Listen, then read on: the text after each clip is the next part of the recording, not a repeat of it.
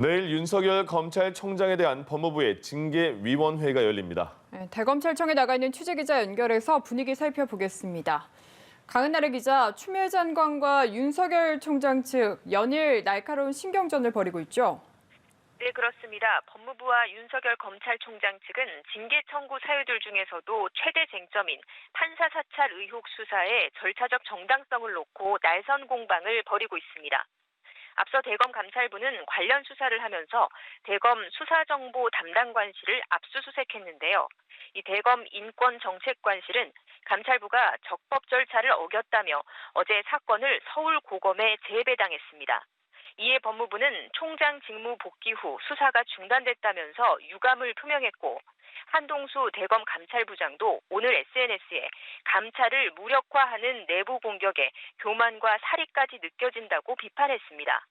대검은 공정성 확보를 위해서 특임검사 임명을 요청했지만 법무부가 소극적인 입장을 보였다고 재차 입장을 밝혔는데요.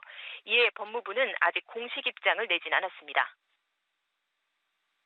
네, 내일 징계위가 열리는 건 확정인 것 같은데 결과도 그럼 당일에 나올 수 있을까요?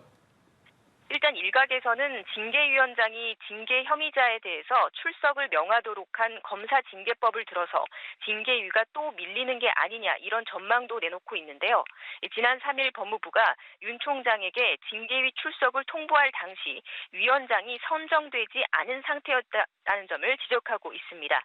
일단은 내일 징계위를 열겠다는 법무부 방침에 아직까지 변화는 없는 걸로 알려졌습니다. 윤 총장은 내일 출석하지 않는다고 법률 대리인이 밝혔습니다. 징계위가 내일 열려도 당일 의결은 어려울 수 있다는 관측도 나옵니다.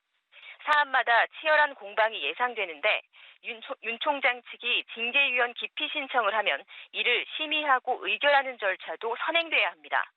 법무부가 위원 명단을 공개하지 않고 있지만 윤 총장 측은 법무부 이용구 차관, 심재철 검찰국장 등에 대해서는 기피 방침을 굳힌 상태입니다.